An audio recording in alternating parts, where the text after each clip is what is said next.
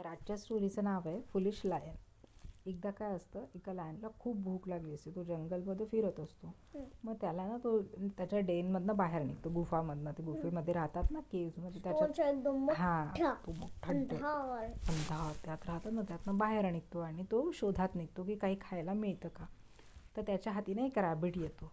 मग तो त्याच्या मागे खूप, म्हणजे हाती नाही आहे, तो दिसतो. मग हा त्याला पकडतो आणि खायला जाणार तेवढ्यात त्याला दुरून एक आपला हरिण दिसतो, डिअर दिसतो. तर तो काय करतो, हातचा रॅबिट सोडून देतो आणि जो दिसत आहे ना, त्याला वाटतं एवढ्याशा रॅबिटने आपलं टमी फुल नाही होणार, म्हणून आपण त्याला मोठ्या बेग अशा हरिणला, डिअरला पकडू.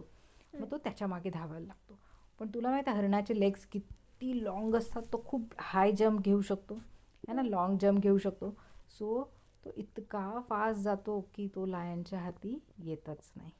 फायनली काय होतं, तो सुद्धा त्याच्या हातून सुटून जातो. लायन टायर्ड होतो, त्याला खूप भूक लागतो आणि तो घरी जाऊन बसून जातो.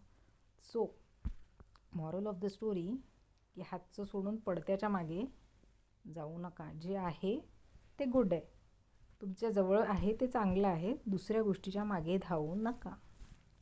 खुशी